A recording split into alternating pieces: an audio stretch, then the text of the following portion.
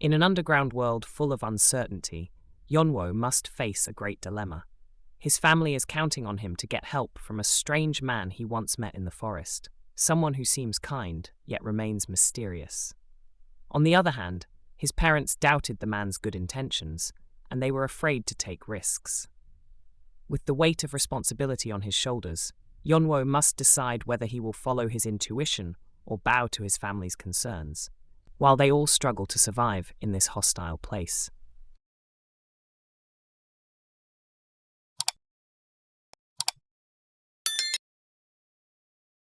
In a magnificent castle filled with silence, the dim light from the candles hanging on the walls gave off a mysterious impression. The sound of soft footsteps could be heard coming from a large hallway decorated with old paintings. There, Sarim stood tall, staring at the approaching Hyojo with sharp eyes. Hyojo looked at Sarim curiously and finally asked in a low but firm voice, "Where is that young lady?" Sarim answered calmly, bowing slightly as if respecting the figure standing before him. "She's currently in her room, getting ready to go out." Hyojo seemed to think for a moment, while Sarim stared at her in silence, before finally asking, "Is there something you want to tell her?" Hyojo shook her head softly and answered firmly, "No, I came here because I wanted to talk to you.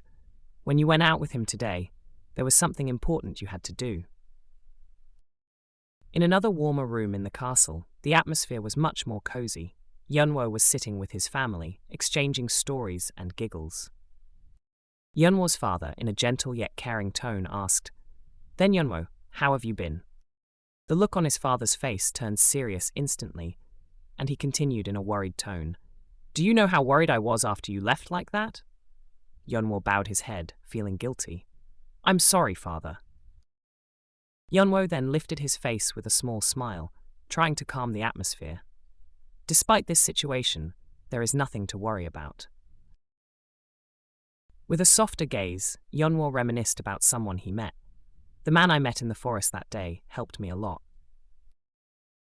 He continued in a warmer tone, recalling the person's kindness. "He seems like a really nice person." His father looked at Yeowno with more concern. "Yeowno." However, his tone turned more stern. "You can't just take my word for it." Realizing that he had raised his voice, his father apologized. "I'm sorry. I raised my voice that day, but think about it." His father looked confused and troubled. "I still don't know where this place is, or how long we have to stay here. I don't know anything." He looked at Yeowno in the hope of being understood. "Please understand." With his frustration mounting, his father added, "When my beloved son wants to blindly follow a stranger in this unfamiliar place, what mother wouldn't be angry?" Yeowno, who realized his parents' concern, said, "Quiet, mother." Yeowno looked down regretfully. "You're absolutely right, and I'm very sorry." He continued sincerely, "I understand that you are worried." His father smiled slightly, his gaze softening. "Thank you, Yeowno." The atmosphere turned warmer when his father added, "We are family." He extended a hand towards Yeowno. "Whether it's something difficult or easy, let's discuss it together starting today." With a smile, her father said softly, "Okay, my sweet daughter." Yeowno smiled gently, answering in a loving tone, "Yes, of course." His father chuckled before adding, "By the way, Yeowno, take a look at our clothes." Yeowno was confused, then turned to look at their clothes. "Eh?" Her father shook his head and smiled wryly. "Even if they let us go free, how could they give us such worn-out clothes?" Mom, in a complaining tone, expressed her feelings. "I've never worn anything like this in my life," she said, revealing the worn-out clothes. Sewo, one of the younger ones, looked frustrated. "Unis, does this make sense?" she shouted angrily, questioning the conditions they were in. "They even expect us to get our own food," he continued, incredulous at the reality they faced.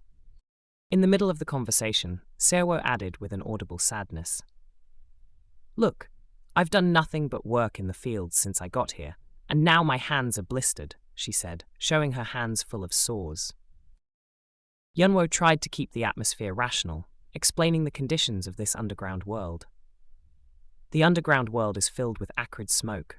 You can't see the blue sky, but there's no need to worry about food, he said calmly.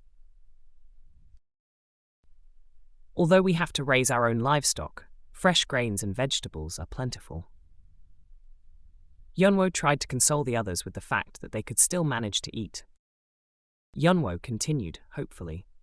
So, as long as we work hard to harvest, there's no problem with sustenance, he said, trying to encourage the others.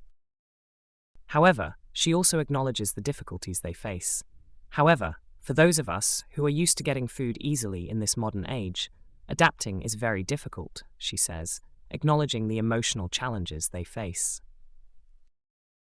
Yeowno, still feeling uncomfortable, spoke up again. "Unnie, how are you?" he asked, distracting from the mental burden they were feeling. "Can't we stay with you?" he continued in a desperate tone. Yeowno hesitated, feeling caught between responsibility and ability. "I can't decide on my own," he replied slowly. "For now, a little bit," he said, trailing off, feeling unsure of what to do. Mom finally intervened. "Yeowno, that's enough. You're making your sister uncomfortable," Mom said in a stern tone.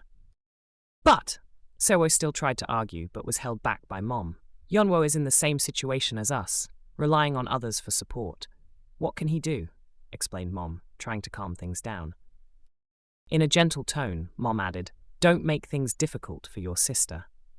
Hearing that, Yeowno felt relieved but also hurt by the reality they faced. "Mom," Yeowno whispered, trying to hold back the rising emotions. Mom then humbly asked for a favor. "Can you bring something for us the next time you visit?" she asked. Yeowno was surprised, not expecting that request. He mumbled, confused. Mom explained further. "As you can see, the food options here are limited, and the supplies aren't in the best condition either," she said, pointing out the scarcity they were experiencing. "If you can talk to that person and deliver a good message for us, maybe he will be more attentive to our needs," Mom said, hopefully. "After all, you said he's a good person, right?" he added, hoping that outside help could be a savior. Yeowno was silent, distressed by his mother's request and the great responsibility placed on him. "I'm sorry, my sweet son.